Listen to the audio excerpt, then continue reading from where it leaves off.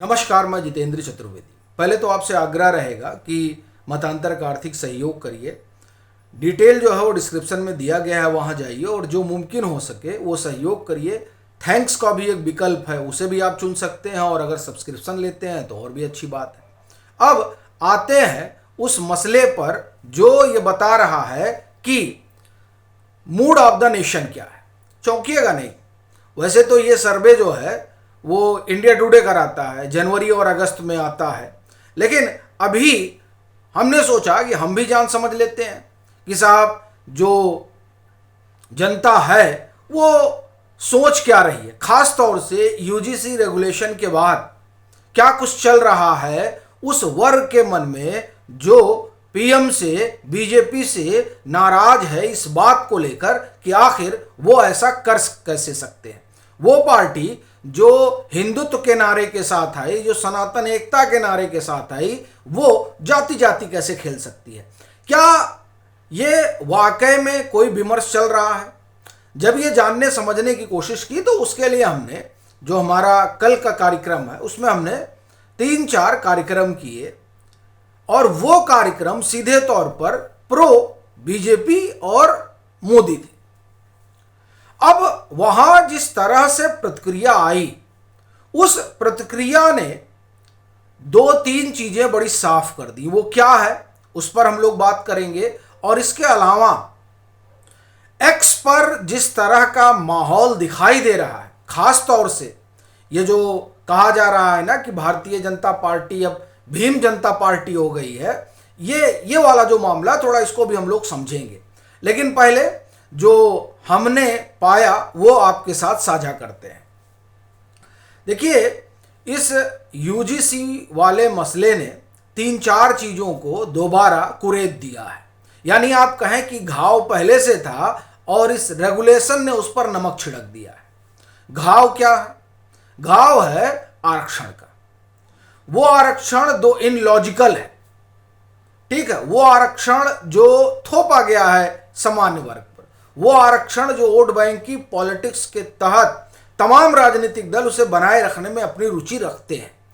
BJP उनसे अलग नहीं है, जबकि जो उनका कोर है उसको लगा था कि साहब जब हम भाजपा को लेकर आएंगे तो वो कम से कम हमारे लिए सोचेगी। मगर बीजेपी उनके लिए सोच रही है, इसका सबसे बड़ा प्रमाण यूजीसी रेगुलेशन है। अगर वो शुभचिंतक होती तो कम से कम इस तरह का रेगुलेशन नहीं आता। एक और दूसरा, देखिए, आया सुप्रीम कोर्ट ने स्टे लगाया, सरकार का कोई इनिशिएटिव नहीं था। ये अभी बता दे रहा हूँ, नहीं बाद में क्या होता है, बीच में लोग आ जाते हैं और कहने लगते हैं तुम तो कांग्रेस के दलाल हो गए। तो कृपया इस तरह कहने और सुनने की बजाय जो चल रहा है उसका आप एक तरह से कहें कि मंथन करें।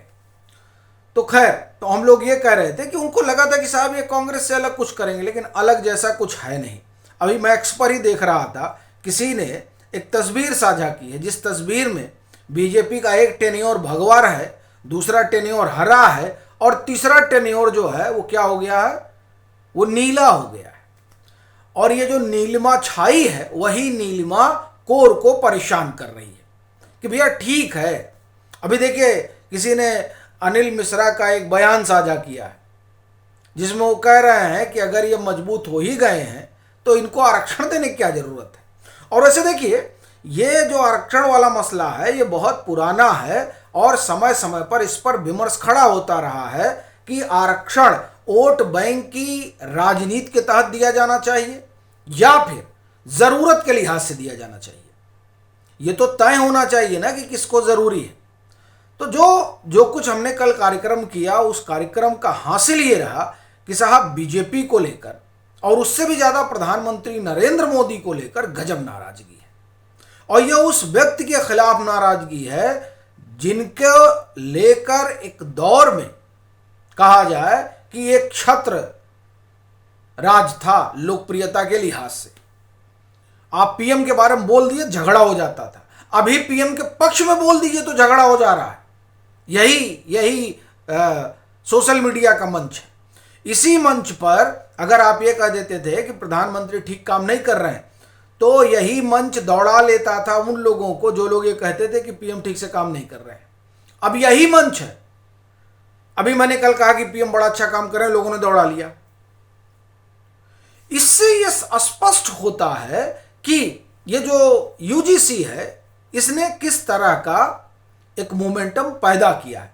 अब कई लोग कह रहे हैं कि आप सिर्फ यूजीसी की बात कर रहे हैं, कई ऐसी चीजें हैं जिसने नाराजगी पैदा की है। देखिए बात आपकी सही है, लेकिन जैसे आप सब प्रबुद्ध लोग हैं, आपको पता होगा कि 1857 का जो विद्रोह हुआ, उस विद्रोह के लिए आप ये कहें कि लंबे समय से चीजें चल रही थी इतिहास में, लेकिन वो जो मेरठ वाली घटना हुई उसने सब कुछ हिला दिया। कहना अपना यह है कि नाराजगी जरूर होगी कई चीजों को लेकर, लेकिन ये जो यूजीसी वाला मसला रहा ना, इसने ट्रिगर कर दिया। तो ये मामला ट्रिगर वाला है जो कायदे से दिखाई दे रहा है, जिसकी वजह से लोग कहें कि नाराज है। अच्छा, ये नाराजगी गजब की है। इंतजार किया जा रहा है, इंतजार 2029 का किया जा रहा है कि अभी हम कुछ नहीं बोलेंगे, 29 आप आने दीजिए। देखिए कई लोगों ने लिखा, जब हमने कहा कि हमें तो नहीं दिख रहा है कि कोई बज है, उन्होंने कहा आप इंतजार करिए। एक साहब ने कहा कि ये तो विश्रांति काल है, हम लोग सिर्फ आराम से बैठकर इंतजार कर रहे हैं। अच्छा, यही हिंदुस्तान की जनता और खास तौर से मैं कहूं कि सामान्य वर्ग की जिजीविसा है। सामान्य वर्ग आराम से, अच्छा ठीक है आप कर रहे हो, कोई बात नहीं, हम इंतजार कर रहे हैं, आने दीजिए चुनाव, हम आपको दिखा देंगे कि क्या है। ये जो जिजीविसा है ये गजब की है, और ये दिखी जैसे जब यूपीए का दौर चल रहा था तो लोगों ने कुछ नहीं किया, आराम से सब बैठे हुए थे कि चलिए ठीक है, समय आने दीजिए, हम तुम्हें बता देंगे। समय आया, बता दिया गया।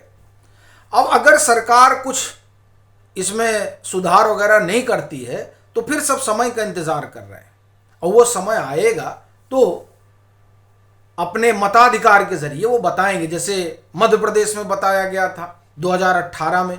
अपने देखिए ये कमाल की बात है कि हम इंतजार करते हैं कि कब हमें वो वोटिंग का रोज आएगा, उसी दिन हम बताएंगे कि किस मुद्दे में कितना दम है। ये बात कम से कम कल के कार्यक्रम से बड़ी साफ हो गई।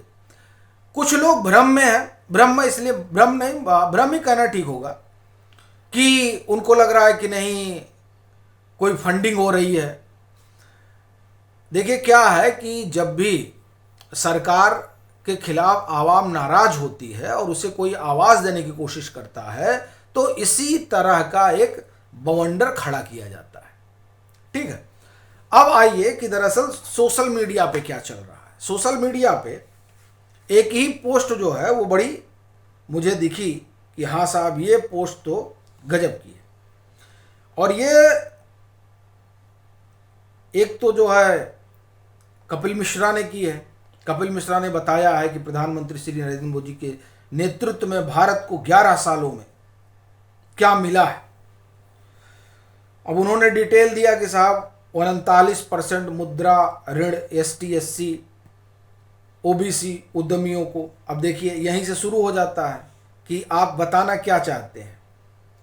फिर 48 करोड़ किसको दिया गया, यानी कुल मिला के जो उन्होंने बताया है उसको लेकर फिर जो प्रतिक्रिया हुई है वो प्रतिक्रिया देखिए। ये 58 करोड़ लोन की बात सुनते हैं पर मन में एक ही सवाल घूमता है, आखिर ये पैसा किसके पास गया, किसे नहीं मिला। सरकार कहती है हर वर्ग को फायदा हुआ, तो फिर बताओ जनरल कैटेगरी का गरीब, जो जनरल कैटेगरी का गरीब है वो इससे बाहर क्यों रह जाता है। EWS का नाम तो रख दिया गया पर उसे असली मौका क्यों नहीं मिलता है। लगता है सबका साथ सिर्फ भाषणों तक सीमित रह गया है, जमीन पर उतरो तो कुछ और नजारा दिखता है। इस तरह की टिप्पणी हो रही है। जो ये देखिए यही टिप्पणी बता रही है कि जो सामान्य वर्ग है वो सामान्य वर्ग कलम के जरिए, अपनी आवाज के जरिए अपनी बात को रख रहा है और करीने से इंतजार कर रहा है किस बात का, कि साहब चुनाव आने दीजिए। अब हमने कल कहा कि साहब टीएमसी वहां हार रही है, लोग नाराज हो गए, बोले अरे देख लीजिएगा। अच्छा, जो गणित वहां बैठा है वो गणित किसी ने सुना ही नहीं, उन्होंने बस ये पढ़ा कि मैंने बोल दिया कि साहब टीएमसी हार रही है, तो आग बबूला हो गए अपने लोग। मैं कहना ये चाह रहा हूं कि ये है मूड ऑफ द नेशन, ये है लोगों की नब्ज। खास तौर से अगर मैं सामान्य वर्ग की बात करूं, वो किस तरह से नाराज हैं। फिर देखिए किरण रिजिजू ने जो है एक ट्वीट किया ज्योतिबा फूले को लेकर, उस पर देखिए किस तरह की प्रतिक्रिया आई। उन्होंने बताया कि साहब ज्योतिबा फूले ने रिफॉर्म किया, ये तमाम सारा चीजें, उस पर कम्युनिटी नोट लग गया। यानी लोगों ने उन्हें आईना दिखा दिया और कहा कि आप जिनके बारे में बात कर रहे हैं, Phule reform was less about equality than a theological assault on Vedas and Hinduism. He called British rule as divine dispensation, an insult to freedom movement. ठीक है साहब, the 200-year glorification whitewash, यानी आप एक तरह से कहा जाए कि जो तमाम सारी बातें इस मंच पर कही गई हैं उसको मैं ठीक ठीक बोल भी नहीं सकता, ये स्थिति है। और ये किरण रिजिजू साहब का पोस्ट है जो उन्होंने ज्योतिबा फूले पर किया है। इससे देखिए एक बात तो बड़ी साफ है कि सामान्य वर्ग की जो राय है वो राय बीजेपी के पक्ष में तो नहीं दिखाई दे रही है, खास तौर से मैं जो समझ पाया हूं अपने कार्यक्रमों के जरिए। बाकी आप लोगों की क्या राय है जरूर साझा करिएगा।